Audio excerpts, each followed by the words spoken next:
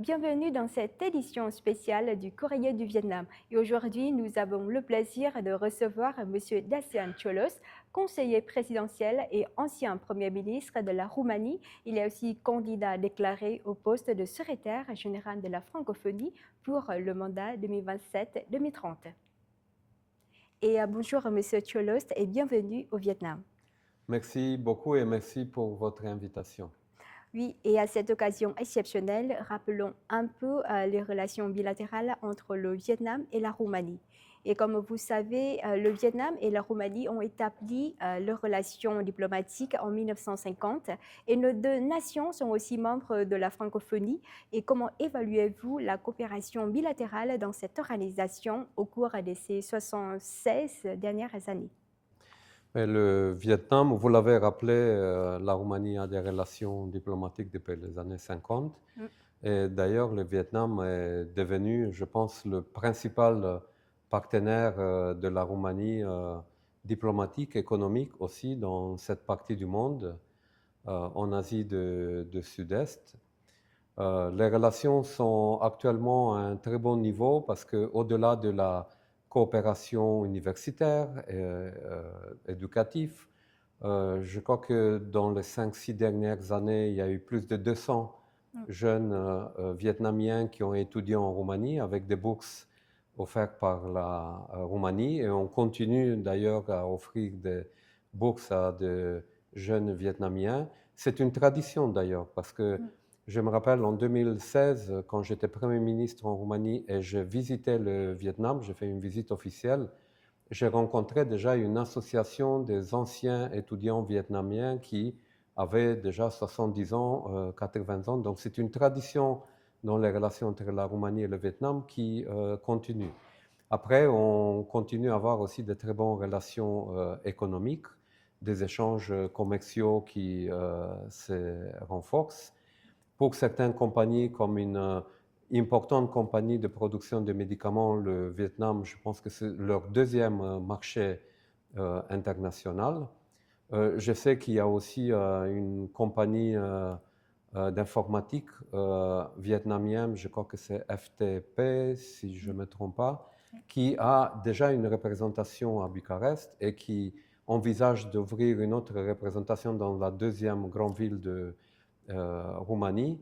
Donc, au niveau diplomatique, au niveau politique, on a des échanges, des visites. En conclusion, pour la Roumanie, le Vietnam, c'est le principal partenaire politique, économique ici en Asie du Sud-Est. Oui, et quelle image portez-vous du Vietnam au sein de la communauté francophone, rappelant que notre pays a accueilli en 1997 le 7e sommet de la francophonie, aussi le premier en Asie-Pacifique jusqu'à maintenant?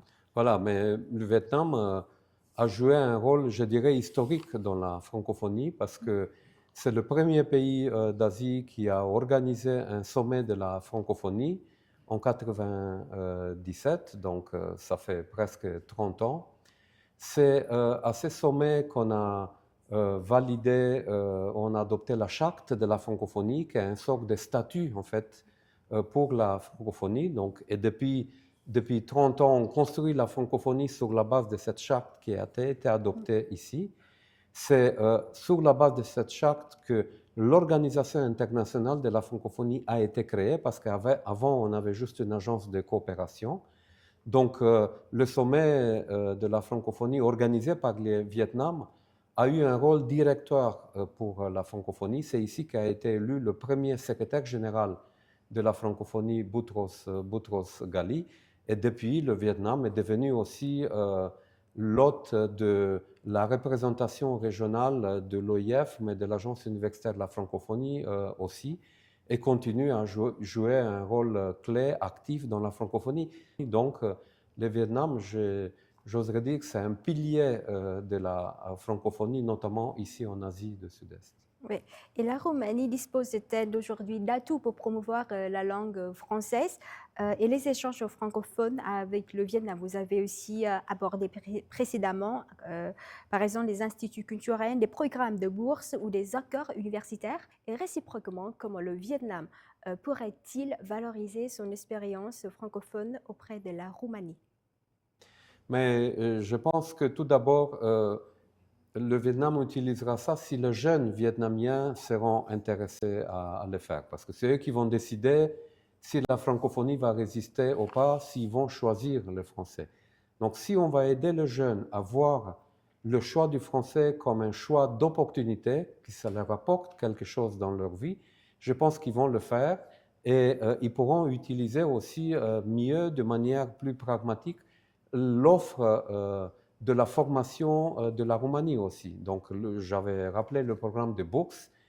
Euh, les jeunes vietnamiens peuvent étudier en français dans des filières francophones en Roumanie. Je pense aussi qu'économiquement, j'avais donné quelques exemples de compagnies roumaines qui sont intéressées par le marché vietnamien, de compagnies vietnamiennes qui sont intéressées par le potentiel de la Roumanie aussi, qui est une porte ouverte pour l'ensemble de l'Union européenne.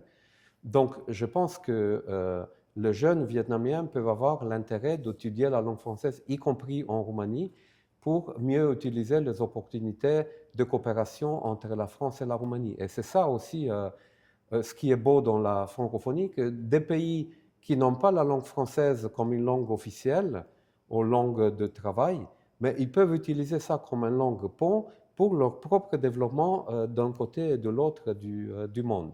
Et c'est comme ça que je vois aussi le potentiel de coopération entre le Vietnam et la Roumanie au niveau bilatéral, y compris en utilisant la langue française.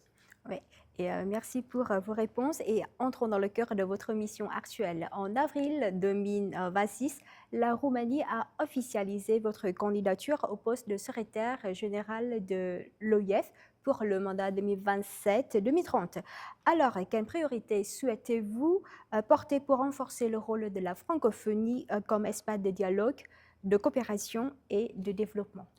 Mais tout d'abord, donner à la francophonie une direction d'avenir et rendre la francophonie un outil efficace de confiance et d'avenir pour les francophones et notamment pour les jeunes francophones, parce que c'est eux qui vont décider de l'avenir de la francophonie en fonction des choix qu'ils vont le faire. Et donc, moi, je souhaite aborder l'avenir de la francophonie avec audace, avec pragmatisme, du réalisme et aussi du courage. Euh, et pour ça, je pense que tout d'abord, nous devons améliorer la gouvernance au sein de la francophonie, rendre l'OIF, l'Organisation internationale de la francophonie, plus efficace en termes de gestion des ressources, la déterminer à travailler plus en coopération avec les autres opérateurs de la francophonie, parce que la francophonie, c'est un réseau. À côté de l'OIF, il y a aussi l'Agence universitaire de la francophonie, il y a l'Association des maires francophones qui travaillent ensemble, il y a le TV5 Monde aussi, il y a l'Université Senghor qui forme des spécialistes pour les administrations des pays francophones. Et donc, tous ces opérateurs, ces organisations, il y a des observateurs aussi sur différents sujets, il y a une alliance de patronat francophone. Donc, tous ces opérateurs et organisations doivent être aidés à travailler en réseau et donc, c'est ça aussi le rôle du secrétaire général. Et puis, j'aimerais aussi, en parlant de l'avenir de la francophonie, pour moi, l'avenir, c'est de lier tout ce qui a fait jusqu'à présent la francophonie en termes de coopération pour l'éducation, pour la formation, d'assurer l'employabilité de ces formations et d'assurer la connexion avec le milieu économique et encourager les pays de la francophonie dans la coopération économique et commerciale pour que la coopération dans la francophonie apporte aussi de bien-être et apporte le développement aux pays membres. C'est ça le côté pragmatique et réaliste de la francophonie pour moi. Oui. Oui, vous avez beaucoup parlé de la coopération au sein de la communauté francophone, mais ici, notamment en Asie-Pacifique, comment comptez-vous promouvoir la langue française et aussi la visibilité de l'UF dans notre région? Mais je pense que cette région d'Asie francophone, elle utilise en fait la langue française au-delà de l'histoire patrimoniale. Elle continue à utiliser la langue française parce que ça lui permet des contacts et des liens avec d'autres parties du monde. On a des pays francophones sur tous les continents. Et donc, je pense que pour le pays d'Asie, c'est important que la langue française les rapproche de la coopération avec l'Afrique, par exemple. L'Afrique est au cœur de la francophonie. C'est le nombre le plus important de pays francophones sur le continent africain. L'Afrique, c'est un continent avec un potentiel de croissance important, avec un nombre important de pays francophones. Donc, l'Asie peut utiliser la francophonie pour renforcer leur coopération avec le pays d'Afrique. C'est pareil avec les pays européens. C'est pour ça que j'avais parlé de la coopération économique que je souhaitais voir renforcée dans la francophonie, parce que je pense que ça va attirer aussi le pays d'Asie-Pacifique à être plus actif dans la francophonie.